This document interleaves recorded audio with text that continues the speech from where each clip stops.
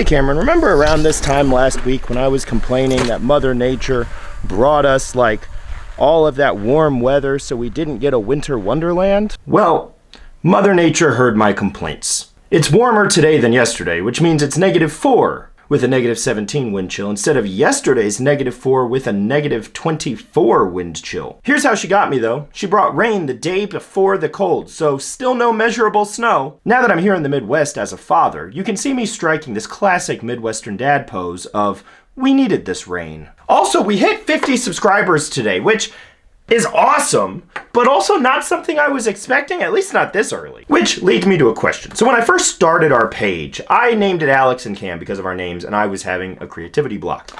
So what I wanted to ask you is, since we're still pretty early on in this, do you think we should change the name? Do you have any more creative ideas for what we could call the page? Or do you think Alex and Cam works fine? Just let me know what you think. But moving on to the area of football, American football, for any viewers that might not be here in the States. The brand new Detroit Lions won their first playoff game in 32 years. Now, a little backstory on the Lions.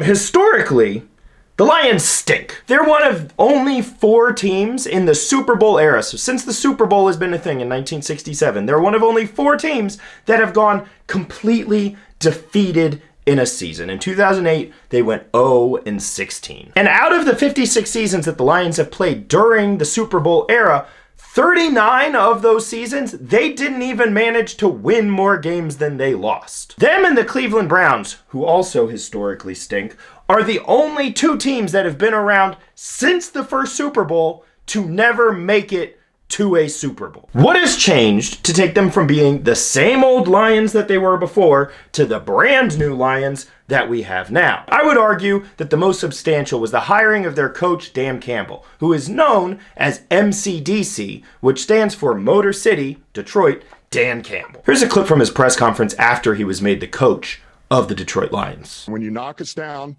we're going to get up, and on the way up, we're going to bite a kneecap off, all right? And that's awesome. But he also recently in a press conference described his Starbucks order as being 2 venti pike plates with 2 shots of espresso in each. Like, I'm pretty sure Dan Campbell's philosophy is that you can't have a heart attack if you attack your heart first. He's a machine, and the boys rally around him, and he is hyper aggressive as a coach in his play calling. On 4th down, teams tend to either punt the ball or kick a field goal.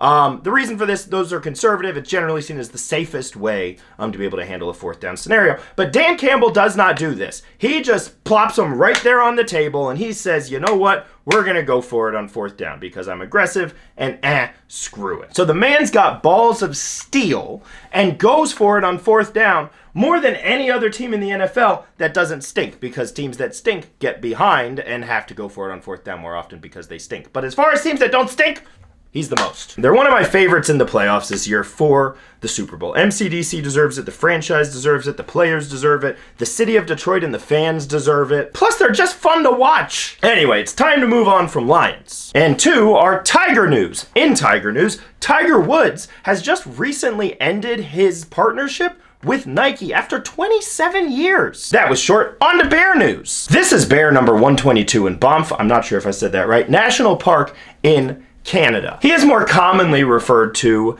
as the boss, or the most badass bear in the world. He's a grizzly bear with a range of 2,500 kilometers, and he's fathered about 70% of the cubs in his range. And once he got hit by a train because he liked to use the railroad tracks to travel. He survived getting hit by the train, and he still uses those railroad tracks to travel. He's basically just saying, fuck them trains. He is the largest grizzly in his range. He is the oldest grizzly in his range.